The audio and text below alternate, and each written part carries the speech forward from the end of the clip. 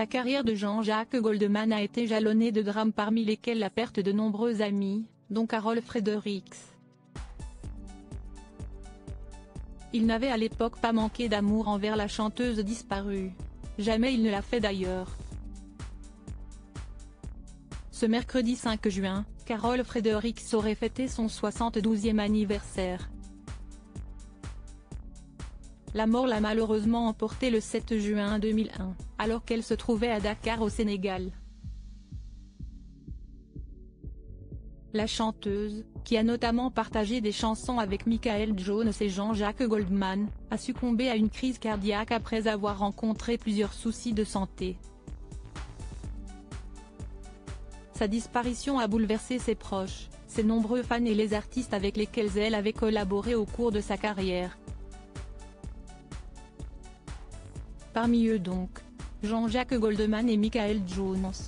Ce dernier, dans les pages de son autobiographie publiée aux éditions Robert Laffont et intitulée Mes plus belles chances, était revenu sur le drame qui avait frappé le trio.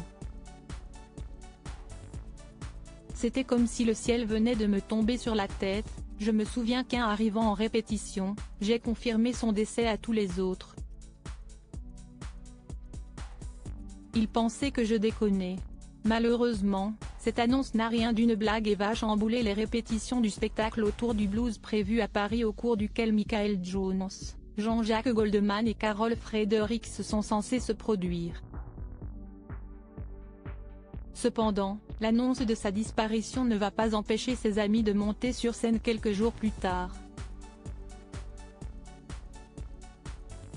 Des mots forts en hommage à Carol Fredericks, Jean-Jacques Goldman, Michael Jones mais aussi d'autres artistes à l'image de Zazie et Lam, éprouvés par la mort de son mari, se réunissent pour saluer la mémoire de l'artiste de 49 ans. Ce concert est devenu un tribute à Carol, plutôt qu'un spectacle de blues. Jean-Jacques Goldman en avait alors profité avec tous les musiciens pour avoir une pensée pour son ami à chacune de leurs apparitions sur scène. Les artistes avaient choisi de diffuser une image de Carol Fredericks sur un écran géant et d'accentuer particulièrement sur les paroles du morceau juste après. Mais qu'est-ce qu'on peut bien faire après ça? Malgré une perte de repères, tous ont continué leur route mais sans jamais l'oublier.